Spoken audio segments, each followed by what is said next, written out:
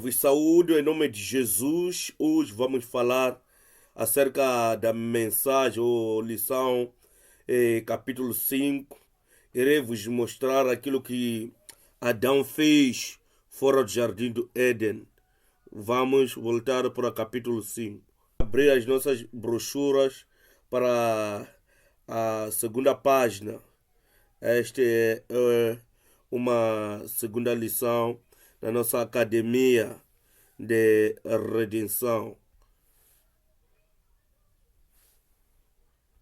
Estamos aqui estudando a genealogia de Adão em Gênesis capítulo 5. Se tivesse que dar um título a esta mensagem de hoje, seria Descobrindo Jesus na genealogia do Antigo Testamento. Poderíamos dizer que é Descobrindo Jesus no Antigo Testamento. Poderia ser interessante também.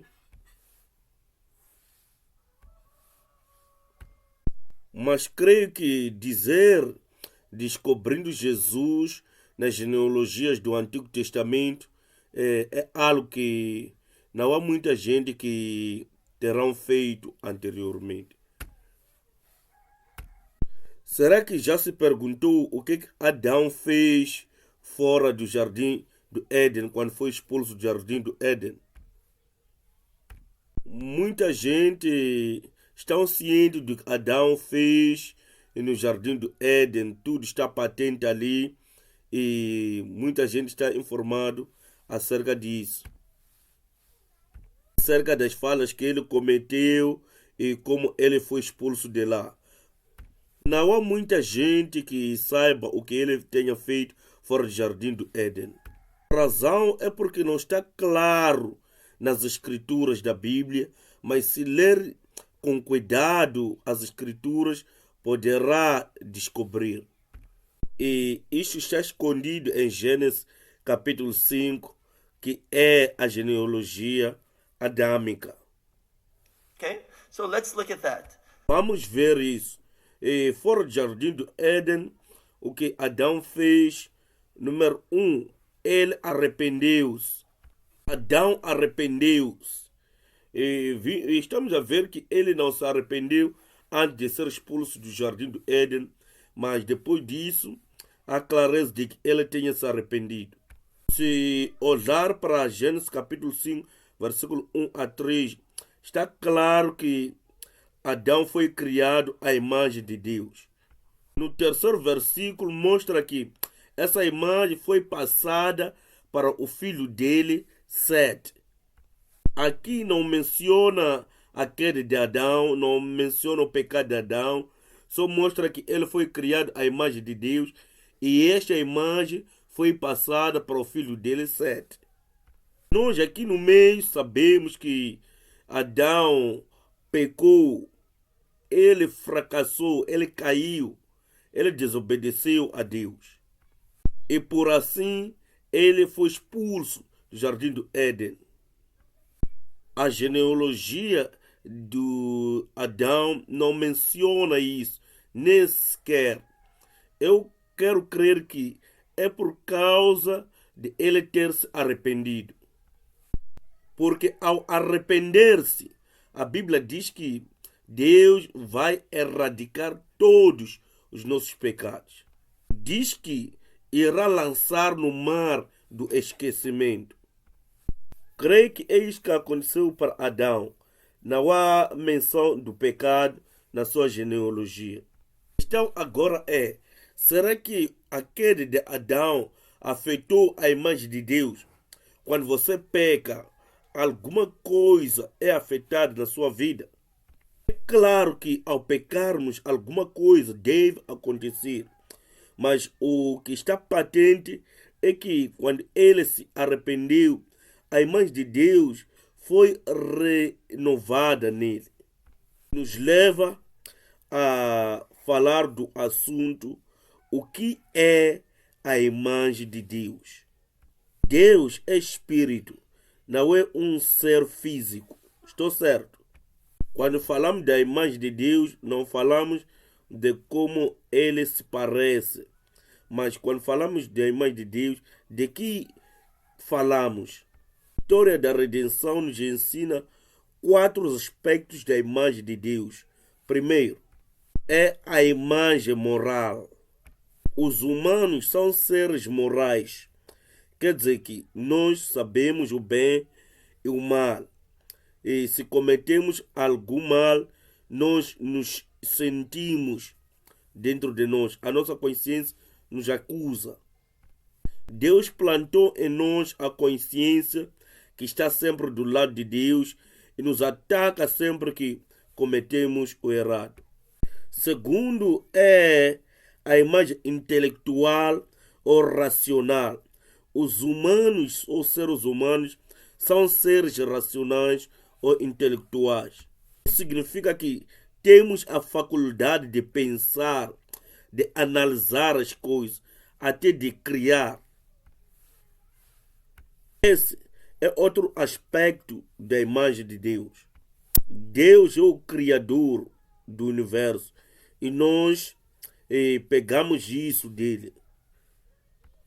A imagem espiritual em João 4:24, a Bíblia diz que Deus é espírito e aqueles que o adoram, importa que o adorem em espírito e em verdade. Por isso, se não tiver o espírito, não tem como adorar a Deus. Nós adoramos a Deus porque temos o espírito. O último ou quarto é a imagem de Deus refletida nos nossos corpos. Os nossos corpos refletem a imagem de Deus. Pessoas que dizem que o corpo é maligno, nós devemos sair do corpo se queremos ser perfeitos. Mas não foi assim na criação. Quando Deus criou o corpo, tinha o propósito de ter criado algo bom. O corpo foi criado como algo que deveria ser usado para fazer a vontade de Deus, um instrumento da justiça. A questão que deveria ser levantada é esta: como seres caídos, será que ainda temos a imagem de Deus ou não? Adão pecou, o que aconteceu com a sua imagem? Ou vamos pensar, as pessoas que ainda estão vivos, os descrentes, aqueles que não creem em Jesus, será que ainda tem a imagem de Deus neles? Olhando para estes 4 aspectos, o que pensas? A resposta é sim ou não. Eles têm esta imagem, mas está corrompida.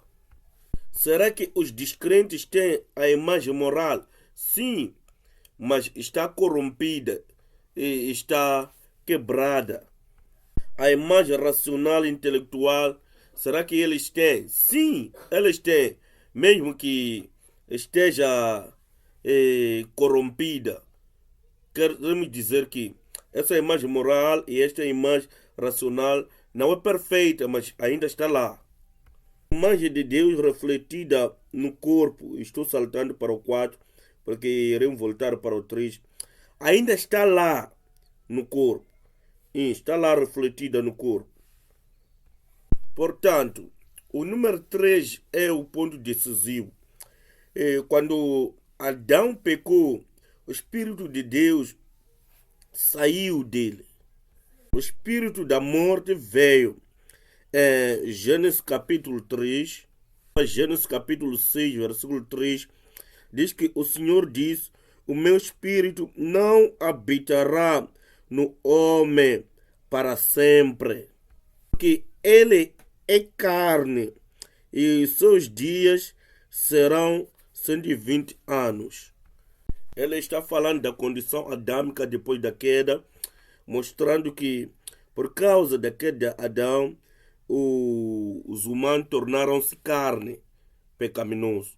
Mas o espírito está morto, o que significa que os descrentes ainda detêm os 3 atributos da imagem de Deus: a imagem moral, a imagem intelectual ou racional, a imagem de Deus refletida nos seus corpos. Mas eles perderam a imagem espiritual de Deus.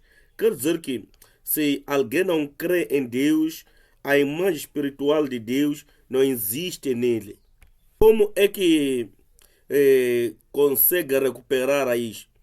A escritura mostra que Adão recuperou isso através de arrependimento. Vamos olhar para Atos capítulo 2, versículo 38. A Bíblia diz que Pedro disse-lhes: arrependei-vos, cada um de vocês seja batizado em nome de Jesus Cristo para o perdão dos vossos pecados e receberão o dom do Espírito Santo. É este o grande bônus que Deus dá àqueles que se arrependem, o Espírito Santo. Essa é a imagem de Deus que recebemos em nós. Somente aqueles que ouviram o Evangelho e creram no Evangelho, recebendo a salvação através de graça e pela fé em Jesus Cristo, já recuperaram a imagem de Deus. Todas as pessoas têm a imagem intelectual, moral e a imagem refletida nos seus corpos, mas carece da imagem espiritual de Deus. O arrependimento é que restitui a imagem espiritual de Deus. Ponto número 2. O que é o verdadeiro arrependimento? Afinal de contas, o que é arrependimento? O arrependimento não é apenas sentir mal pelo que fez, não é apenas um remorso. Mostrar que sente mal pelo que aconteceu é apenas um remorso. Isso não é arrependimento. O arrependimento deve incluir todo o ser. E o que significa isso? Significa que deve incluir o nosso intelecto, as nossas emoções e a nossa vontade. Três coisas devem estar envolvidas no verdadeiro arrependimento, porque nós somos seres intelectuais, emocionais e de vontade própria. Então, tudo isso deve estar envolvido no verdadeiro arrependimento. Essa é a parte mais importante. O verdadeiro arrependimento deve ser uma resposta à palavra de Deus. Não é apenas sentir pelo mal que você fez. É quando ouve a palavra de Deus e a palavra de Deus lhe convence do pecado que tenha cometido e te leva ao arrependimento. É aqui que o verdadeiro arrependimento inicia. O verdadeiro arrependimento é começado por Deus, não por nós. O que chega a significar que precisamos da graça de Deus para que possamos nos arrepender. Por exemplo, o Judas Iscariote, o traidor, mostra em Mateus 27 que ele teve um remorso por vender a Jesus. Teve um remorso, se ressentiu pelo que fez e chegou a devolver o dinheiro. Mas está claro que isso não foi tido como arrependimento. Por quê? Porque Deus não iniciou isso. E quando o arrependimento não é iniciado por Deus, não é nenhum arrependimento. O verdadeiro arrependimento é iniciado por Deus quando a sua palavra vem e nos ilumina, nos mostra o qual nós estamos errados. Sente-se quebrado no seu coração e clama a Deus. Isso sim é o arrependimento. Está claro que isto é o que aconteceu para Adão. Vamos olhar para isto. Para começar, Adão teve um arrependimento intelectual. Olhar para Gênesis 3, versículo 12, vem que a Bíblia diz que o homem disse: a mulher que me deste, me deu e eu comi. E aqui ele não estava se arrependendo, estava a lançar a culpa para a mulher. Culpar Deus também. Por que me deu esta mulher? Não estava se arrependendo neste ponto, estava culpando a mulher. A próxima coisa que aconteceu, será que passei um espaço em branco aqui? O verdadeiro arrependimento começa com a mudança de pensamento e através da transformação emocional, dar frutos através da transformação da vontade. A passo em branco na brochura é a vontade.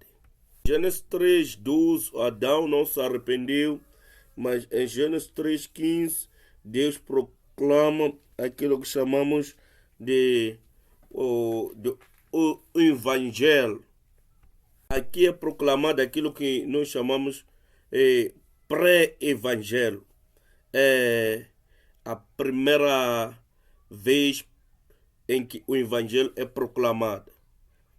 Colocarei inimizade entre tu e a mulher, e entre sua semente e a semente dela, e ela te esmagará a cabeça e tu esmagará o calcanhar.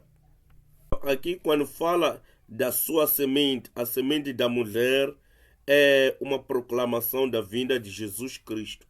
A semente da mulher virá e vai destruir a cabeça de Satanás. Fala-se do Senhor Jesus Cristo. A primeira vez em que Jesus é prometido, é profetizada em Gênesis capítulo 3. Adão ouviu disto. E qual é a mulher aqui? É a única mulher que é a esposa de Adão, a Eva. Acerca disto, alguns minutos atrás, Adão culpa a mulher que ela me trouxe todo este mal, me trouxe esta morte. Ela que me deu de comer. Deus diz, a descendência dela será o Messias, virá vos salvar, não se preocupe. Você pensa que aconteceu depois de ouvir esta mensagem maravilhosa? Será que Adão disse, não, ela é problema, eu tenho que me livrar dela? Foi isso que Adão tenha dito. Adão creu nesta palavra. Ele creu no pré-evangelho. Como é que sabemos que ele creu? Gênesis 3, versículo 20, Adão dá nome à sua esposa. Vemos aqui que a Bíblia diz que agora o homem chamou a sua esposa Eva, porque ela seria a mãe de todo o ser vivente. O nome Eva aqui literalmente significa vida. Que Adão daria à sua esposa o nome de vida. Ele nomeou a Eva porque creu no pré-evangelho. Creu que a sua semente seria o Messias que traria a salvação à humanidade. É a prova que temos que ele creu neste pré-evangelho, porque teria nomeado a sua esposa morte, dizendo, trouxe morte à minha vida. Mas além disso, ele deu o nome de vida. Isso significa que ele creu que o Messias viria como semente da mulher, trazendo a salvação. Esse aí é o arrependimento intelectual. O pensamento dele mudou. Disse arrependa-se. Muitas pessoas pensam que é a questão de sentir um remorso, sentir-se mal, mas está além disso. Envolve uma mudança intelectual do coração. O nosso pensamento deve mudar. Podemos provar através disto que o pensamento de Adão mudou, através do nome que deu à sua esposa. Segue o arrependimento emocional. É aqui onde se sente mal quando faz algo errado. Se sente culpado. Emoções são parte do arrependimento também. O arrependimento emocional de Adão veio quando Caim matou ao Abel. Adão soube de que a morte e o sofrimento veio ao mundo por causa do pecado dele.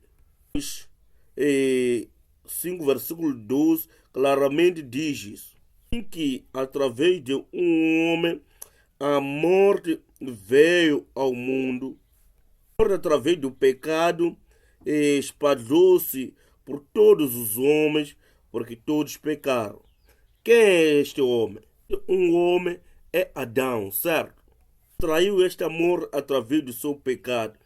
E por causa da existência desta morte, o seu filho teve a inveja do seu irmão e o matou.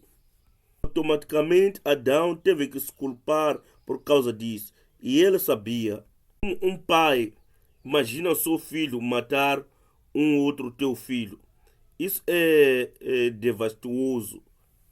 É que lhe quebrou por dentro, porque ele sabia, é por causa da minha culpa. E emocionalmente arrependeu-se diante de Deus. Salmos capítulo 34, versículo 18, a Bíblia diz que o Senhor está perto daqueles que são quebrantados do coração e salva aqueles que estão quebrados no espírito. Aconteceu para Adão aqui quando Abel foi assassinado. Aqui encontramos a transformação emocional de Adão. E por último, depois dessas emoções, ele já estava determinado. Mostra a mudança de sua vida quando teve seu filho Sete. Caim matou o seu irmão e partiu para uma cidade diferente. E Adão e Eva tiveram que ficar junto com a sua esposa. E Deus lhes deu um filho, Sete. E a Bíblia está claro que Sete foi dado no lugar de Abel. Teve a Sete o que acha que ele estava pensando.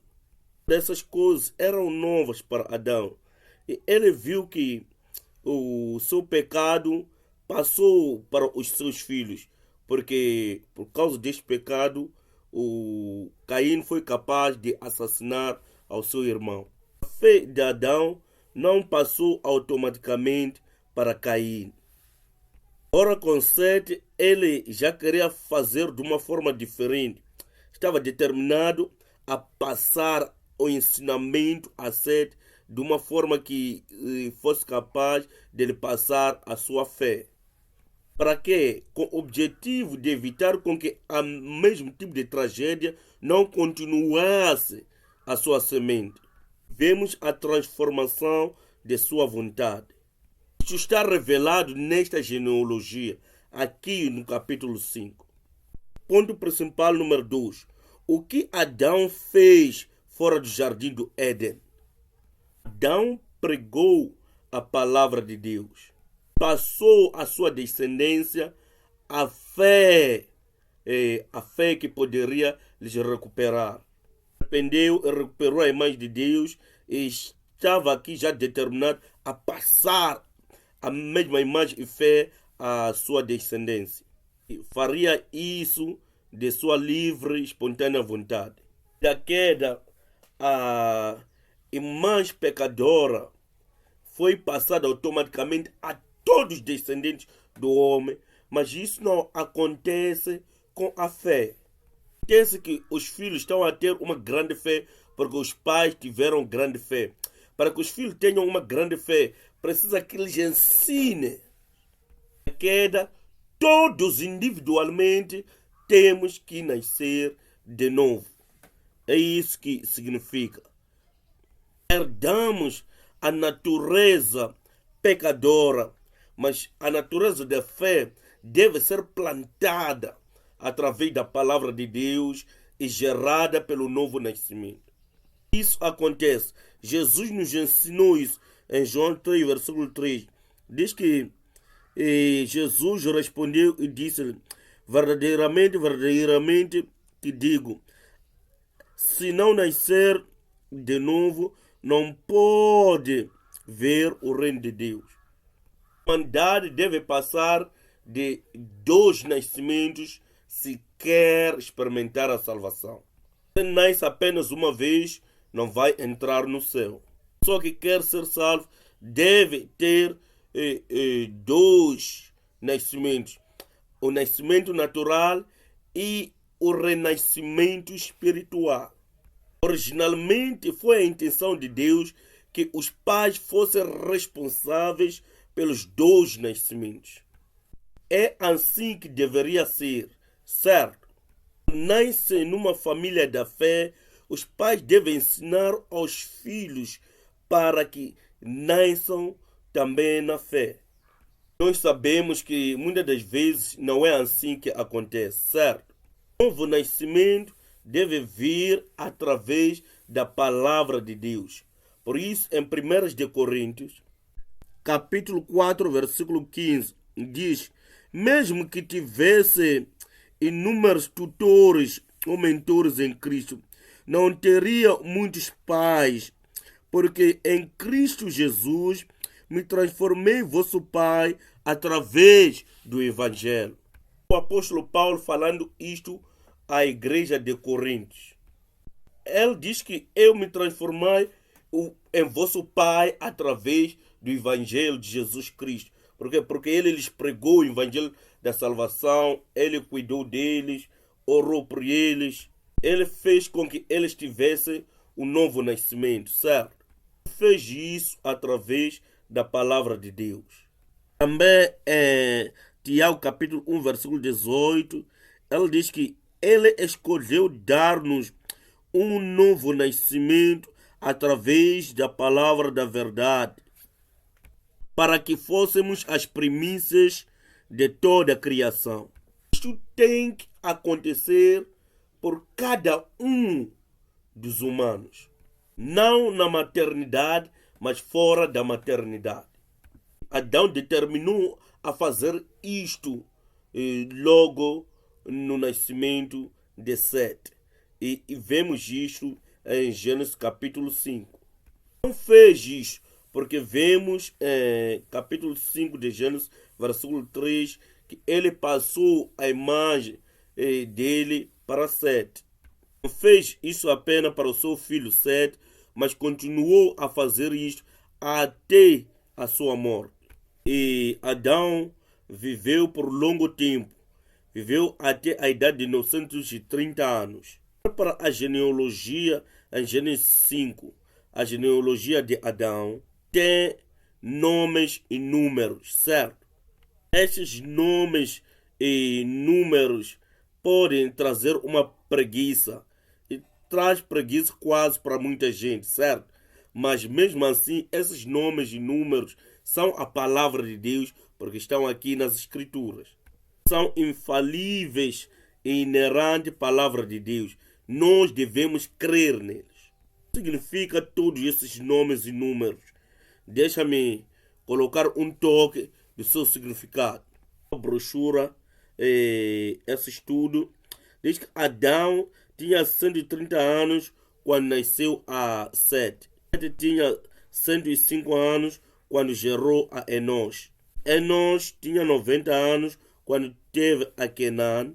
Kenan tinha 70 quando gerou a Mahalalel. Mahalalel tinha 65 quando teve a Jared. Jared tinha 162 quando teve a Enoque.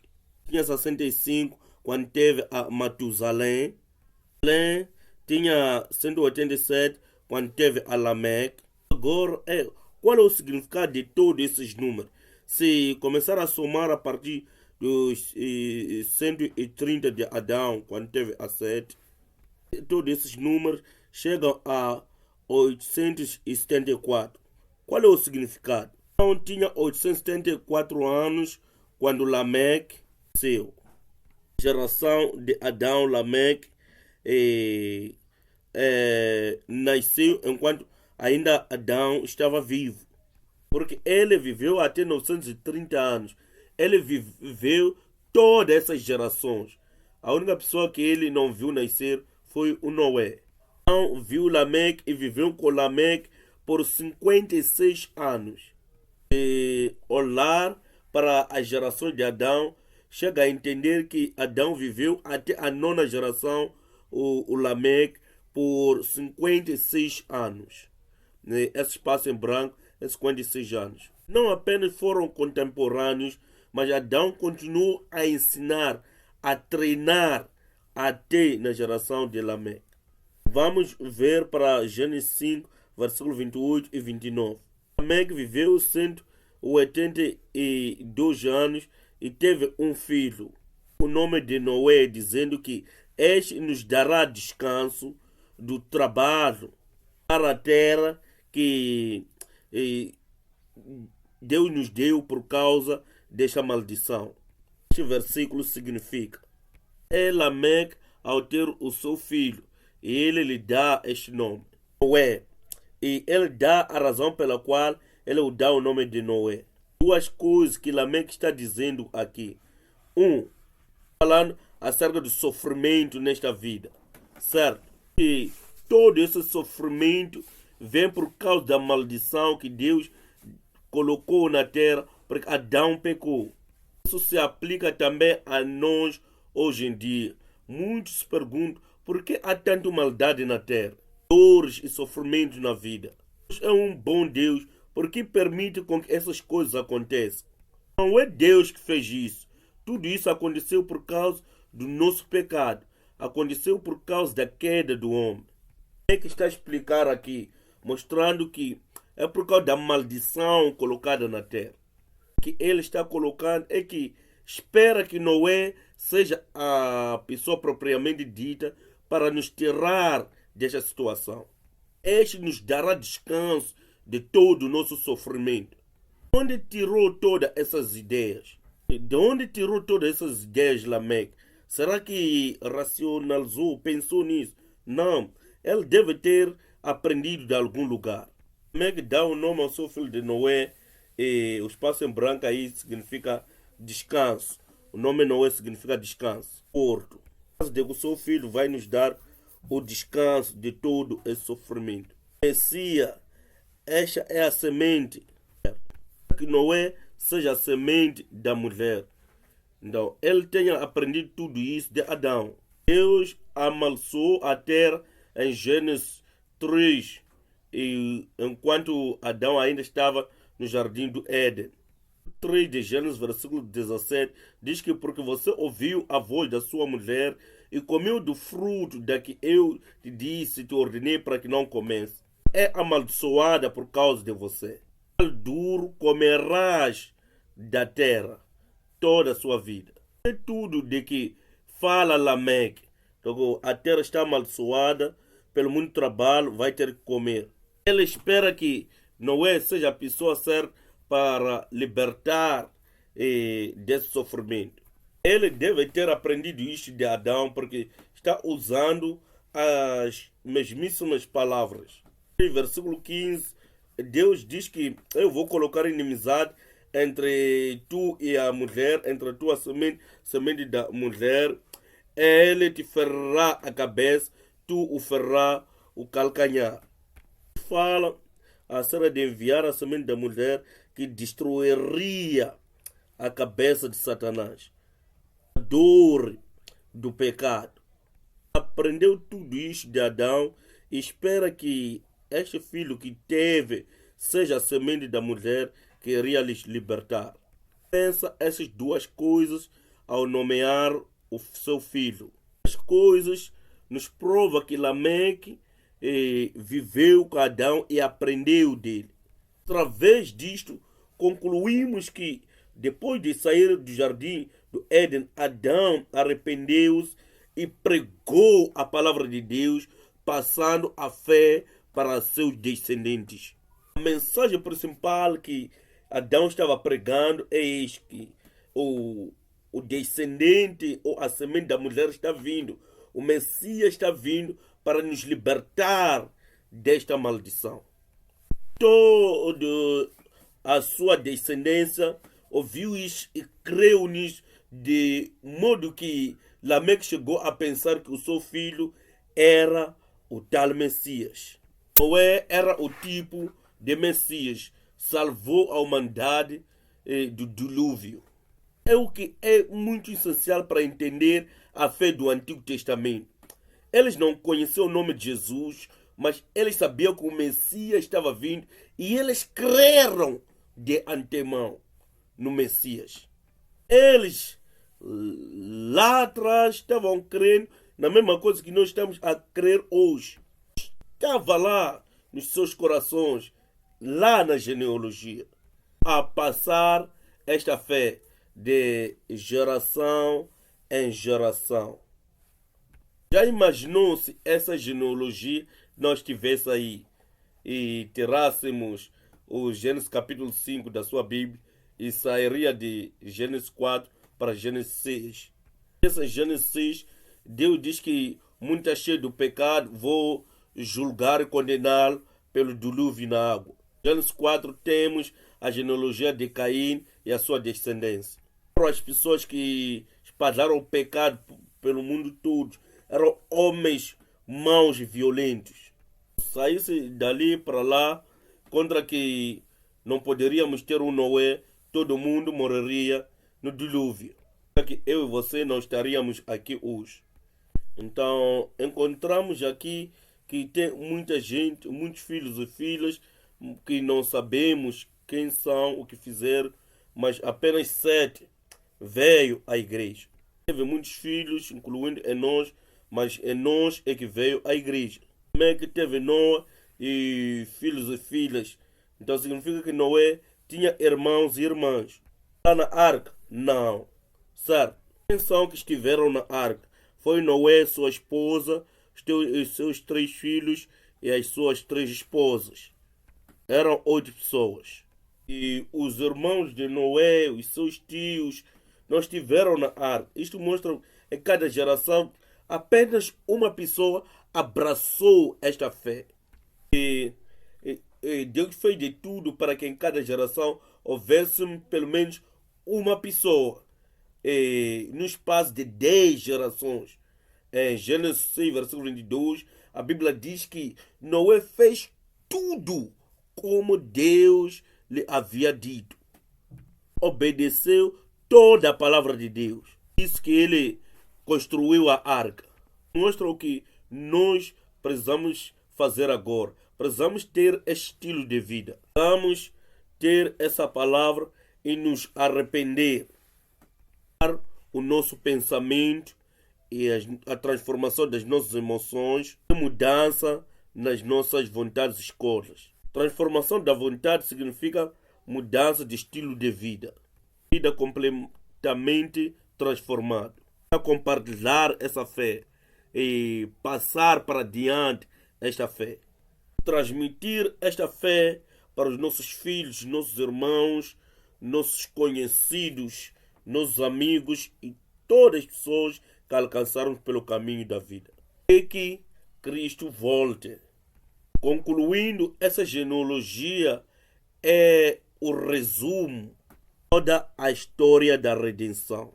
Aqui está claro que Adão é a primeira pessoa na genealogia, é o primeiro humano a existir. A última pessoa é Noé. Quem é Noé? Se olhar para a sua Bíblia, é Mateus. A vinda do Filho do Homem será como nos dias de Noé. Forma, Noé estava prefigurando a segunda vinda de Jesus Cristo. Então, esse é o fim, quando Jesus voltar para julgar. E Noé era essa prefiguração. Representa o fim dos tempos. Nessa genealogia de Adão e Noé, temos o resumo de toda a história da redenção. O que os fiéis crentes devem fazer. Temos que nos arrepender, transformação de estilo de vida diante a fé. É perguntado em Lucas 18, versículo 8. Perguntando, quando o Filho do Homem vier, vai encontrar o quê? Em branco é a fé. Colocando essa grande pergunta. Se ele vier, será que vai encontrar a fé na terra? Somos fiéis como a descendência de Adão, em Gênesis capítulo 5. Podemos responder com firmeza, sim, iremos nos comprometer em passar adiante esta fé. Tu, quando voltar, sim, vai encontrar esta fé. Se nós não passarmos adiante esta fé, podemos ter certeza que ele não vai encontrar a fé. É isso que devemos nos empenhar em fazer, passar adiante a fé. Conteúdo da fé que devemos passar é a semente da mulher, o Senhor Jesus Cristo. De Gênesis, Deus tem estado a proclamar a mesma mensagem da Bíblia, o Senhor Jesus Cristo. Vamos crer é o que devemos passar adiante. Esperança que através dessa academia da história da redenção, ter este tipo de fé como a linhagem de Sete. Entender, experimentar a transformação no nosso estilo de vida, de maneira que possamos dizer que Senhor Jesus venha, nós nos empenhamos em passar adiante a fé e irá encontrar os crentes aqui. Vamos orar. Pai das misericórdias, te agradecemos pela sua graça que nos deu desde o início, que é a palavra que desde o início proclamou, que criou todas essas coisas. Implantou essa palavra nos nossos corações. Por isso te agradecemos, Senhor. Nós não merecemos a bênção que o Senhor nos deu. Da abundância da sua misericórdia e graça aqui nos deu. Aceitar essa palavra pela fé, arrependimento e mudança de estilo de vida. Para-nos a proclamar essa fé fielmente a todos que possam nos escutar. Quando o Senhor voltar, haja pessoas que tenham a mesma fé nesta terra. Para-nos, Pai, que não estejamos empenhados nesse estudo para recebermos apenas o certificado, mas para que tenhamos a salvação para a sua glória. Te agradecemos tanto. Em nome de Jesus. Essa oferta, Pai, lembra-se de cada mão que doa com um coração de generosidade, para que abençoe grandemente.